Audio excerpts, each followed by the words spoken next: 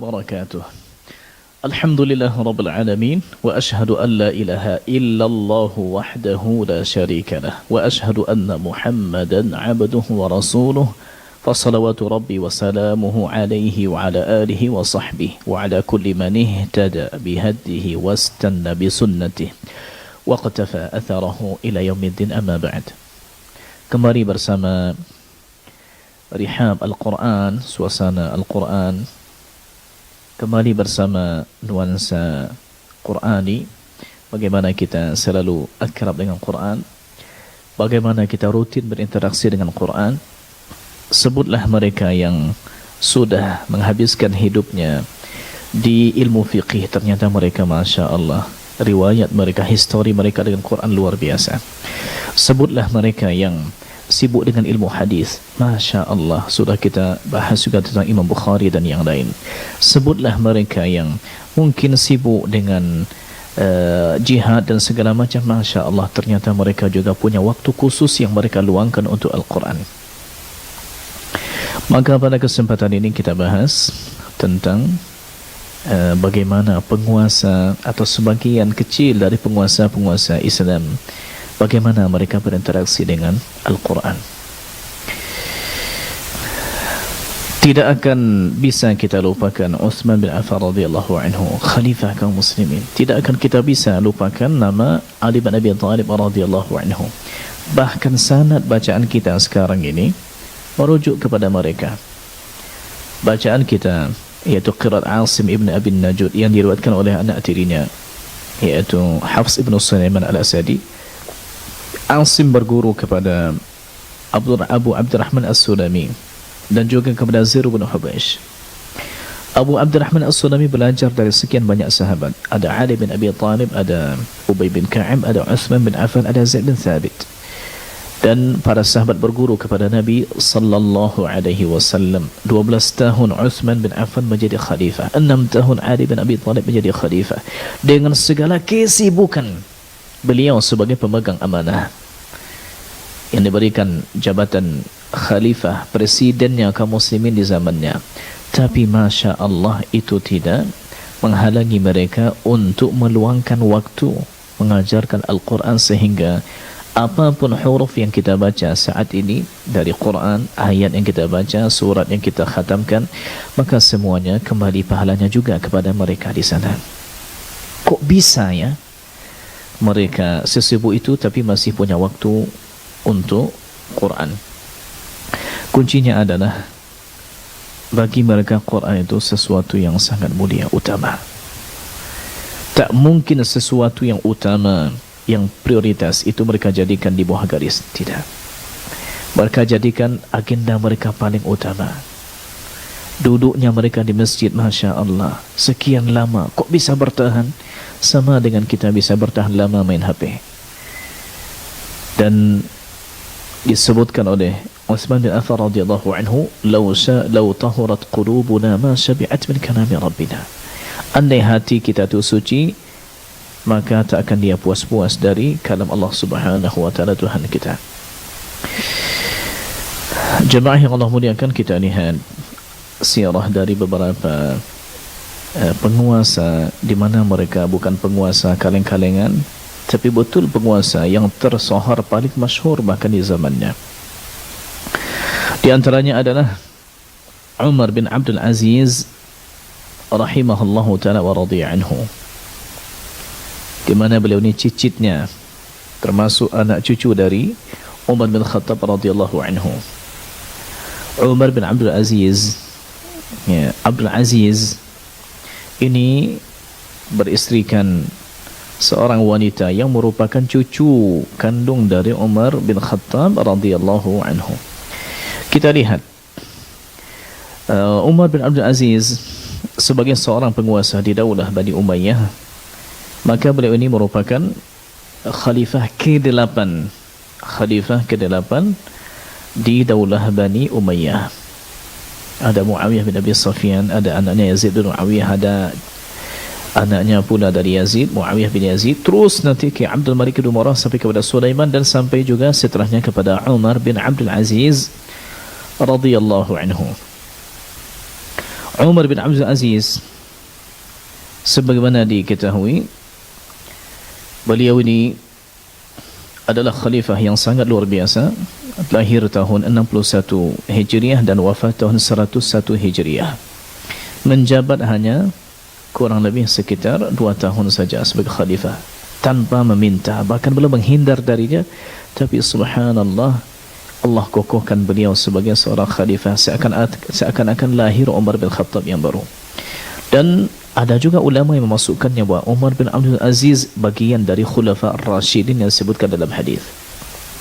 Singkat cerita jamaah yang Allah muliakan, kita lebih fokus kepada beliau ini dari sisi pengalaman beliau, bagaimana interaksi beliau dengan Al-Quran. Umar bin Abdul Aziz radhiyallahu anhu wa rahimahullahu ta'ala, ini beliau telah menghafal Al-Quran di usia beliau yang sangat belia. Disebutkan jama'a Umar bin Aziz al-Quran huwa saghir, dia sudah hafal semua Quran ketika masih kecil.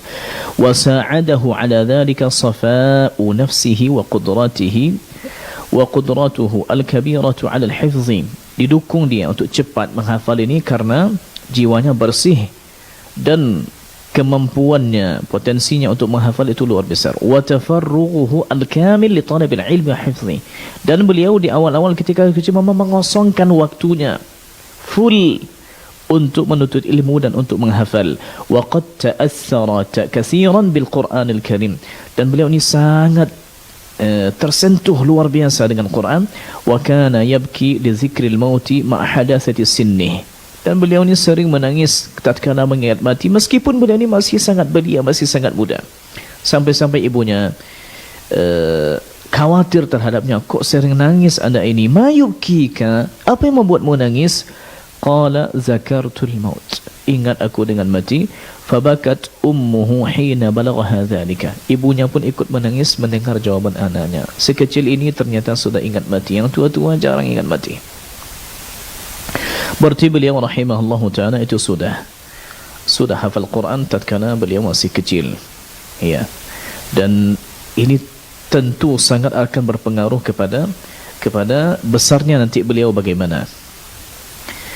Bahkan disebutkan dari Umar bin Abdul Aziz bagaimana beliau ini dengan Quran, maka disebutkan bahwasanya beliau ini orang yang sangat rajin baca Quran. Beliau punya waktu untuk mengkhatamkan Al-Quran dalam sekian hari beliau khatamkan. Disebutkan bahwasanya surat-surat yang beliau kirimkan ke pejabat-pejabat di bawahnya, disebutkan oleh Abi Sulaiman al-Utbi, kanat taji'una kutubu Umar ibn Abdul Aziz fiha al-amru wan nahyu fayaktubu fi akhiriha, disebutkan wa ma taufiqi illa billah alaihi tawakkaltu wa ilaihi unib. Surat-surat yang datang kepada kami dari Umar bin Abdul Aziz selalu berisi di sana perintah dan larangan. Fayaktubu fi akhiriha, ditulis di akhirnya. Fayaktubu fi akhiriha wa ma kanat min dhalika illa kama qala al-abdus salih. Maksudnya aku tidak tulis yang demikian, kututup dengan ayat ini, wa ma taufiqi illa billah, tidak ada taufiqku kecuali dengan Allah subhanahu wa ta'ala, takkan ada yang bisa membimbingku kecuali Allah ta'ala. Alaihi tawakkaltu wa ilaihi unib, kepadanya aku tawakal dan kepadanya aku akan kembali. Salah satu ayat di surat Hud, saking perhatiannya beliau dengan Quran, maka disebutkan di Musannaf Ibnu Abi Syaibah, disebutkan kana Umar bin Abdul Aziz la yafridu illa liman qara al-Quran, bahwasanya Umar bin Abdul Aziz beliau tidak tetapkan gaji khusus tertentu kecuali bagi mereka yang sudah hafal Quran. Di antara guru-guru, mungkin guru-guru mengaji banyak yang mungkin asal-asalan, tapi di zaman kita, ya, di zaman mereka enggak. Tentu mereka yang hafal Quran. Qara al-Quran sih maksudnya hafal Quran. Kata Muhammad bin Fudail, katanya, wa kana abi mimman qara al-Qur'ana fa farada lahum. Dan ayahku termasuk orang yang hafal Quran, maka persembahkan, dianugerahkan kepadanya hadiah atau gaji oleh Umar bin Abdul Aziz. Saking beliau memuliakan orang-orang yang cinta kepada Al-Quran, orang-orang yang akrab dengan Al-Quran. Disebutkan juga tentang beliau ini, kata Umar bin Abdul Aziz, ma hasadtu al-Hajjaj aduwallahi ala syai'in hasadi iyahu ala hubbihi lil Quran wa i'ta'ihi ahlihi alaihi. Disebutkan, aku tidak iri kepada Hajjaj bin Yusuf al-Thaqafi. Hajjaj bin Yusuf al-Thaqafi kita tahu dia ni adalah orang yang safah, banyak membunuh. Bahkan kaum muslimin sendiri banyak dibunuh. Panglima perang Abdul Malik bin Marwan. Tapi Hajjaj bin Yusuf al-Thaqafi ini punya juga kelebihan. Beliau punya juga kelebihan. Di antara kelebihan beliau adalah beliau cinta kepada Quran. Sebelum beliau jadi panglima di Daulah Bani Umayyah, di pemerintahan Khalifah Abdul Malik bin Marwan, maka beliau ni termasuk orang atau guru mengaji dan orang yang mengerti dengan bahasa Arab. Cintanya ke Quran luar biasa. Bahkan Hajjaj bin Yusuf al-Thaqafi ini, beliau yang diriwayatkan beliau yang menyuruh kepada orang-orang yang pandai menuliskan Quran untuk memberikan baris Al-Quran, syakalnya fathah, dhamma dan segala macam, sehingga orang tidak susah untuk membaca. Kalau dulu ada tangqid, ada pemberian nuqtah, titik-titik, itu di zaman Ali bin Abi Thalib diamanahkan kepada Abi Asad ad-Du'ali.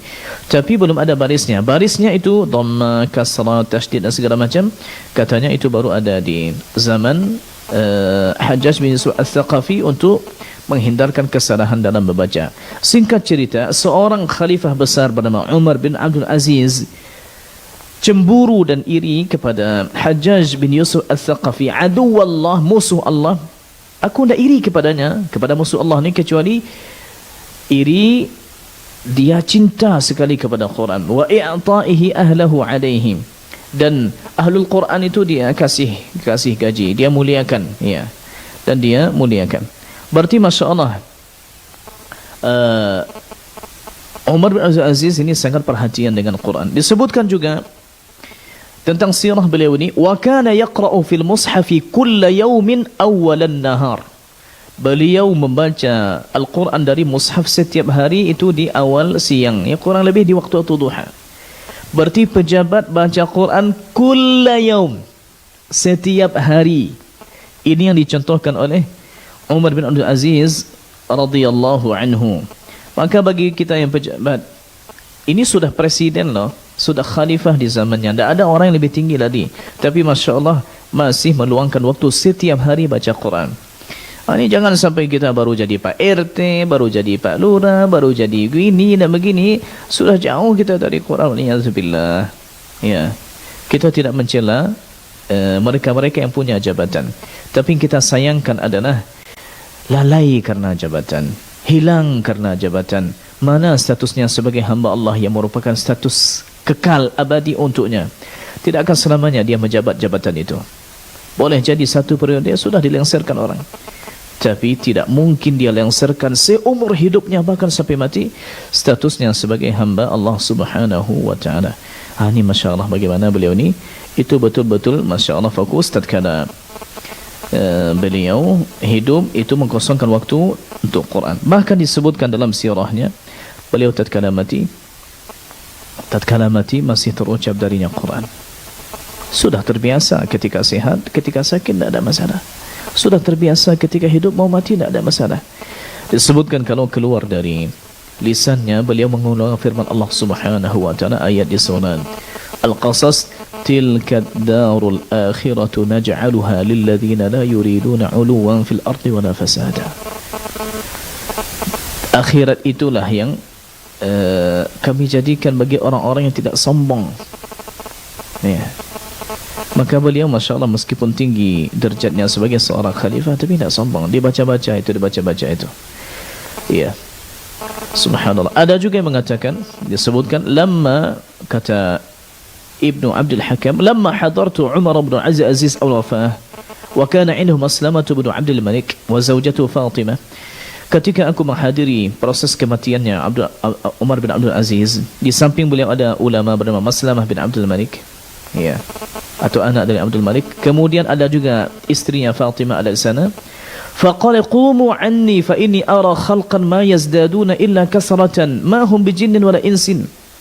Kata Umar Al-Aziz, sudah kalian bubar saja keluar dari ruangan ini karena aku sedang kedatangan tamu. Mereka tidak jin, mereka juga tidak manusia, malaikat. Wallahu a'lam, bisa terlihat atau bagaimana, wallahu a'lam. Faqumna wa taraknahu wa tanahayna anhu. Kami bubar darinya, kami tinggalkan dia, ya. Wa sami'na qailan yaqul, maka ada suara terdengar dari ruangan, tilka ad-darul akhiratu naj'aluha lil ladzina la yuriduna 'uluwan fil ardi wala fasada wal 'aqibatu lil muttaqin. Thumma khaffat as-saut. Kemudian suara setelah itu hilang. Ya, fadakhalna fa idza huwa mayyit. Ternyata pas kami masuk beliau sudah mati. Ini ayat yang beliau ucapkan, subhanallah, tilka darul akhiratu naj'aluha, lalu meninggal setelah membaca ayat ini. Pejabat, penguasa, tidak ada yang lebih tinggi di zaman beliau dari.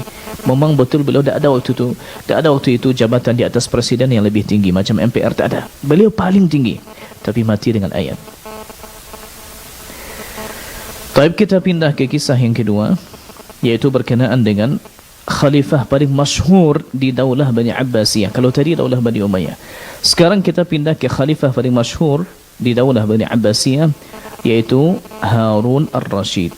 Harun Ar-Rashid ini termasuk khalifah yang sangat perhatian dengan Quran. Bahkan sering hadir di istananya, yaitu orang-orang yang ahli-ahli Quran. Suatu ketika hadir di istananya dua ulama besar. Mereka adalah Al-Kisai, ahli qiraat, dan juga Imam Al-Yazidi. Keduanya itu ada di majlis Harun Ar-Rashid di istananya malah. Lalu datang ketika itu waktu salat. Ijtama Al-Kisai wal Yazidi 'inda Ar-Rashid fa hadarat al-'asha fa hadarat al-'isha. Datang waktu salat Isya atau salat maghrib sebelumnya, maka dimajukan Al-Kisai untuk salat maghrib, imam salat maghrib. Beliau baca qul ya ayyuhal kafirun. Ternyata beliau agak grogi karena ada ulama besar jadi makmum di belakangnya Al-Yazidi. Grogi beliau, ya. Lalu tatkala masuk salat Isya, gantian mereka Imam Kisai mundur jadi makmum, Yazidi maju menjadi imam. Subhanallah, saking groginya karena di belakang ada seorang ulama besar. Al-Kisai lebih alim daripada Yazidi. Al-Fatihah pun tersalah. Ini biasa orang kalau grogi, kalau baca, ya bisa saja karena di belakang ada qari, bisa saja dia lupa semuanya, ya. Menunjukkan bahwasanya Harun Ar-Rashid itu masalah sangat akrab di istananya orang-orang yang mereka ahlul Quran, para ulama Quran. Ditunjukkan juga oleh kisah lain bahwasanya di istananya itu ada kurang lebih sekitar 100 dayang. Disebutkan kisah ini oleh Imam Ibnu Khalakan dalam kitab Wafayatul A'yan. Istrinya Zubaidah ini punya 100 dayang. Kana laha mi'atu jariyah yahfazna al-Quran. Ada 100 dayang yang semuanya hafal Quran. Walikulli wahidatin wirdun ushril Quran. Masing-masing mereka itu punya wirid, itu 1/10 Quran, 3 juz di istana ini. Wa kana yusma'u fi qasriha kadawin nahli min qiraatil Quran. Di istananya seorang ratu, istri dari raja besar khalifah Zubaidah, istri dari Harun Ar-Rashid, itu terdengar Al-Quran seperti bunyi lebah. Masing-masing mereka yang 100 ini diamanahkan untuk baca 3 juz setiap hari. Berarti semua mereka sudah khatam 10 hari, setiap 10 hari. Di istana loh. Di istana, yang istana jauh lebih mewah daripada, yang jauh lebih besar dan mewah daripada istana-istana sekarang ini. Ya, tapi Masya Allah isi di sana itu Al-Quran. Bukan nyanyi-nyanyi yang mungkin mengundang-undang joget-jogetan. Yang ada tu Quran, Masya Allah, Quran. Ini Masya Allah, ini hal yang sangat patut kita tiru. Al-Quran, anak-anak yang hafal-hafal Quran itu diundang ke, Masya Allah, ke rumah dinas baca Quran. Masya Allah kalau begitu. Disebutkan dalam kitab Al-Lutfu wal Lataif karangan Abu Mansur Al-Sa'adibi, كان الخليفة العربي القرشي هارون الرشيد يقرأ في المصحف. Harun al-Rashid itu beliau membaca di mushaf hatta balagha qawlahu ta'ala, sampai beliau ke ayat ونادى فرعون في قومه قال يا قوم أليس لي ملك مصر وهذه الأنهار تجري من تحتي أفلا تبصرون, di surah Az-Zukhruf. Jadi Fir'aun di sini sebutkan menyeru kaumnya, wahai kaumku, bukankah aku ni adalah pemilik kerajaan Mesir dan sungai-sungai ini mengalir di bawah kakiku? Afala tubsirun, apakah kalian tidak melihat? Apa kata Harun ar-Rasyid? Yang beliau ketika itu menjadi khalifah seluruh daerah kaum muslimin. Berarti bukan Mesir saja. Apa kata Harun ar-Rasyid? La'anallahu hadzal Misri. Semoga Allah Subhanahu wa taala melaknat orang yang tinggal di Mesir ni, maksudnya yang si Fir'aun. Ma awda'ahu idda'a ar-rububiyyata bi mulki Misr wa hiya wilayatun saghiratun fi dawlati. Maksudnya dia berani mengklaim bahawa dia ni sebagai Tuhan padahal kerajaannya hanya di Mesir saja. Aku, kerajaanku Mesir itu bagian kecil dari kerajaanku. Karena wilayah yang dikuasai oleh Harun ar-Rasyid ada Hijaz, ini Arab semuanya, Arab Saudi ke bawah Yaman semuanya, Syam juga di atasnya semuanya, Mesir ke sana juga semuanya menjadi wilayah kekuasaan Harun ar-Rasyid.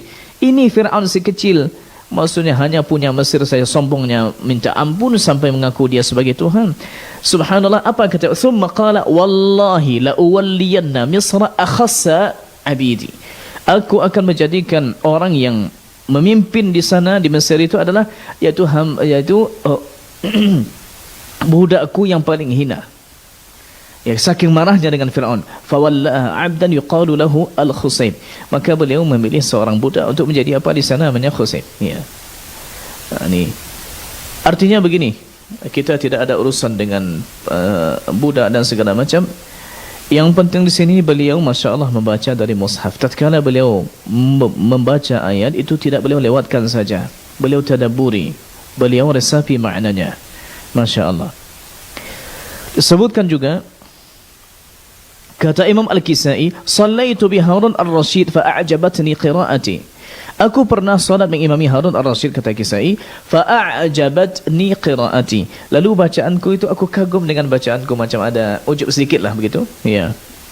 Apa yang terjadi? Masya Allah. Faghalattu fi ayatin ma akhta'a fiha sabyan qattu. Aku baca ayat, subhanallah, tersalah aku di ayat di mana anak kecil pun tak akan salah padanya. Beliau baca la'allahum yarji'in. Mana ada yarji'in? Ya, cuma mungkin karena wallahu alam, kalau menurut pengakuan beliau di sini, ya beliau ada kagumnya sedikit kepada ini, mungkin ada ujubnya sedikit, akhirnya tersalah. Aradtu an aqula la'allahum yarji'un faqultu yarji'in. Aku ingin mengatakan yarji'un tapi malah bilangnya yarji'in.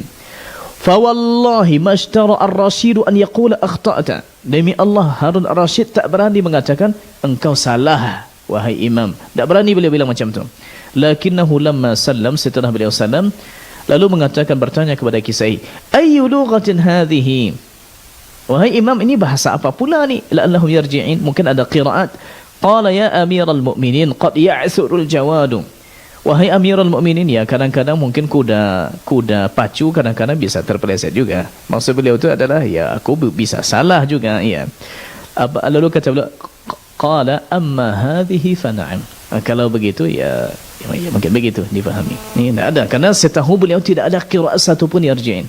Masya Allah, seorang khalifah itu paham dengan qiraat, sehingga jika ada terjadi sesuatu yang mungkin tak sesuai, ditanya, ternyata memang bukan, kerana beliau tak pernah dengar yang macam ni. Masya Allah, pejabat, khalifah, presiden itu bukan saja satu qiraat, sekian banyak. Itu karena mereka akrab dengan orang-orang yang ahlul Quran.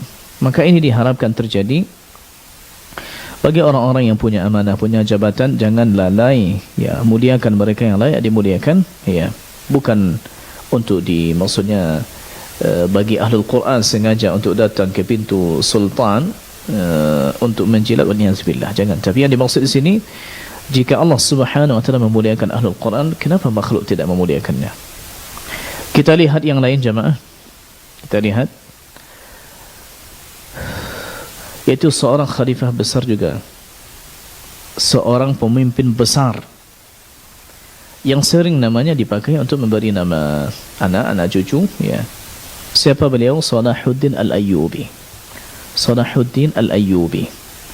Beliau yang hidup di tahun 532 Hijriah dan wafat tahun 589 Hijriah, atau ukuran untuk Masehinya 1138 sampai 1193.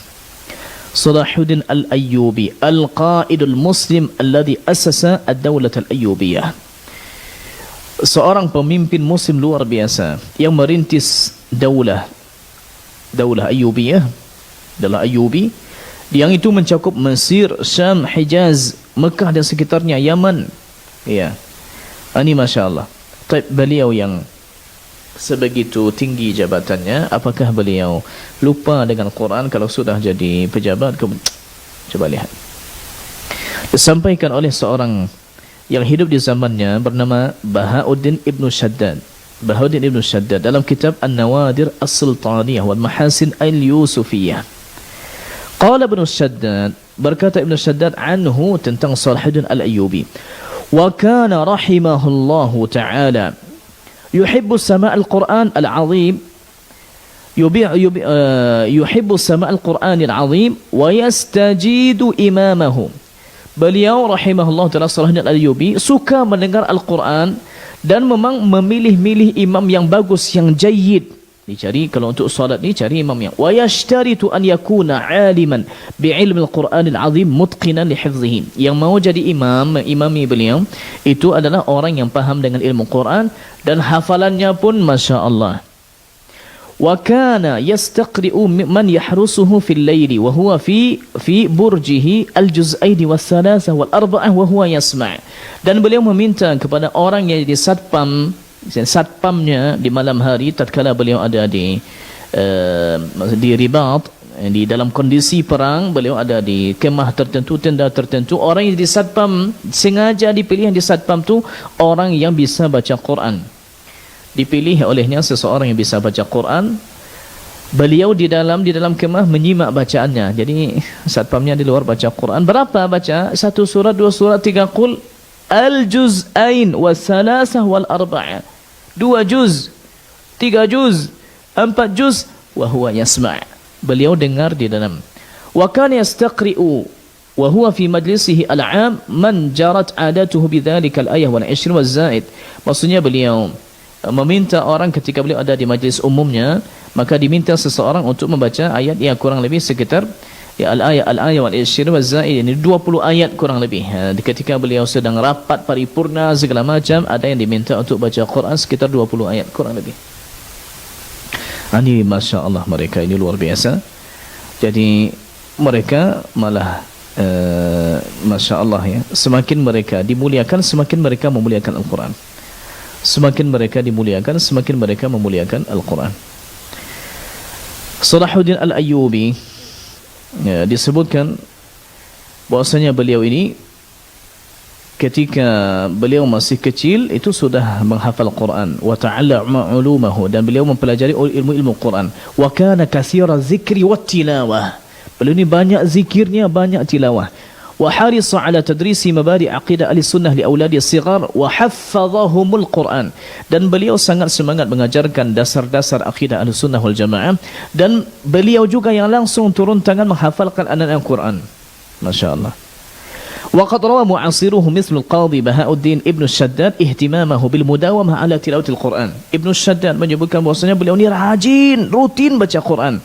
Ya, dan juga mengajarkan ilmunya wa talaqqi syuruhatil ulama laha, dan beliau juga semangat untuk mengambil ilmu tentang Quran itu langsung dari para ulama.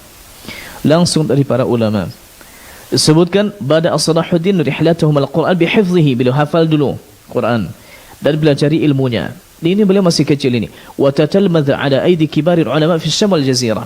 Beliau belajar Al-Quran tu di ulama-ulama baik di Syam, ya, di daerah Yordania, Palestin, Suria, Lebanon, Libanon, dan Jazirah Arab.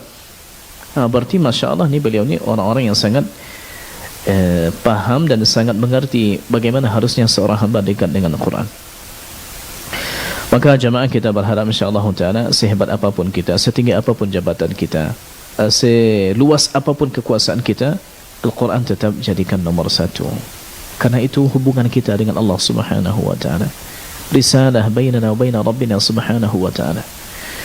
Ada sebuah ungkapan yang sebagian ulama menyebutkan ungkapan ini dalam dari Khalid bin Walid radhiyallahu anhu. Disebutkan dari Khalid bin Walid radhiyallahu anhu bahwasanya beliau ni tatkala baca Quran beliau menangis. Menangis beliau, Khalid bin Walid, para sahabat yang mulia, beliau tatkala baca Quran beliau menangis. Kana idza qara'a yabki, beliau baca Quran yabki wa yaqulu syaghalani al-jihad 'anil Quran yatahassaru 'ala hayatihi. Beliau mengatakan, aku telah tersibukkan dari Al-Quran ini dengan jihad. Aku sibuk jihad, agak kurang baca Quran. Begitulah kurang lebih. Yatahassaru 'ala hayatihi. Seakan-akan ada penyesalan luar biasa dalam hidupnya, kurang akrab dengan Al-Quran. Wahai jemaah, di zaman beliau ini jihad luar biasa, bertubi-tubi, ya. Bahkan beliau pun disebutkan tidak ada lagi bagian di punggungnya itu di badannya kecuali sudah ada bekas luka dalam rangka meninggikan kalimat Allah Subhanahu wa taala. Okeylah terlambat Islamnya, tapi beliau subhanallah menjadi pahlawan hero luar biasa meninggikan Islam. Beliau tidak seperti ulama atau sahabat yang lain fokus kepada Quran karena jihad, sibuk dengan jihad, akhirnya ya sedikit mungkin waktunya untuk Quran. Okey, kita tanya kita ni yang duduk menyimak. Kita tanya kita ini yang sekarang, kita sibuk apa? Kalau beliau ni menangis, tak bisa banyak baca Quran karena jihad, kita menangis karena apa? Atau adakah kita menangis? Kita sibuk dengan apa?